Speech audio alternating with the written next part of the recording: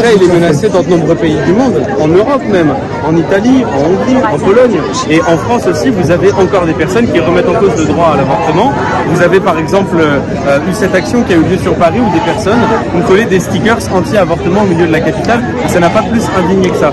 Un droit, ce n'est jamais garanti si jamais on arrête de se battre pour. Vous pensez que l'avortement est menacé en France en 2023 aujourd'hui? Mais les droits des femmes seront toujours menacés si jamais on n'arrête pas de lutter pour. Toujours.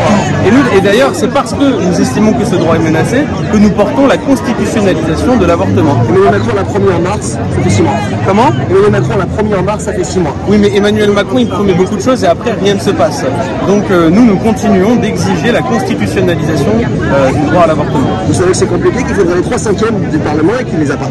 Alors, attendez, sur un sujet comme celui-là, j'espère qu'on a les 3/5. Et si jamais on ne les a pas, ça prouvera exactement le point qu'on veut souligner. Le droit à l'avortement n'est pas garanti en France. Vous avez encore des personnes qui menacent ce droit. Et ensuite, il faut toujours passer par référendum. L'ultra-majorité des Françaises et des Français sont favorables à la constitutionnalisation de l'avortement. Donc, 86%. Comment? 86%. Eh bien, ce n'est pas assez, mais en tout cas, pour un référendum, c'est ce que suffisant.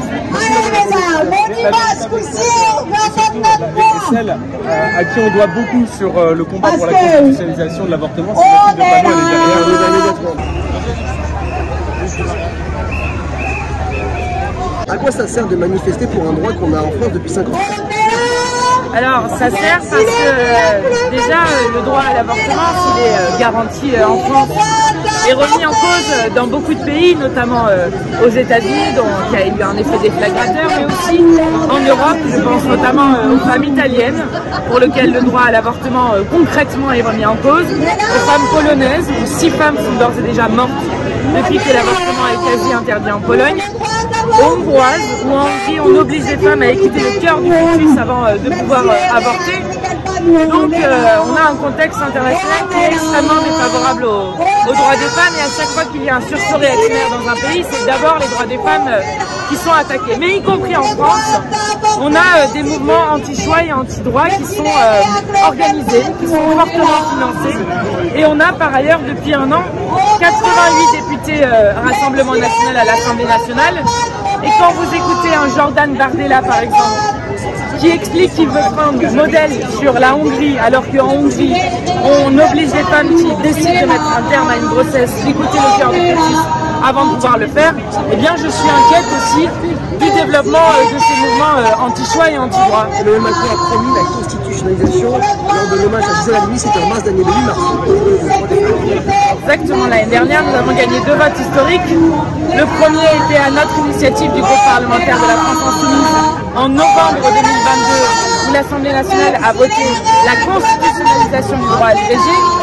Le 1er février, c'est le Sénat, fait historique, qui a voté pour le droit à l'avortement inscrit dans la Constitution. Modifié en liberté, qui a prouvé le poulet de l'homme. Oui, mais quand vous regardez juridiquement, c'est déjà quelque chose qui garantit et qui est inscrit dans notre norme suprême. Ce n'est pas la rédaction qui nous convient le mieux, mais c'est ce qui permet d'inscrire et de dire que nous voulons protéger ce droit fondamental et le droit des femmes à disposer de leur corps.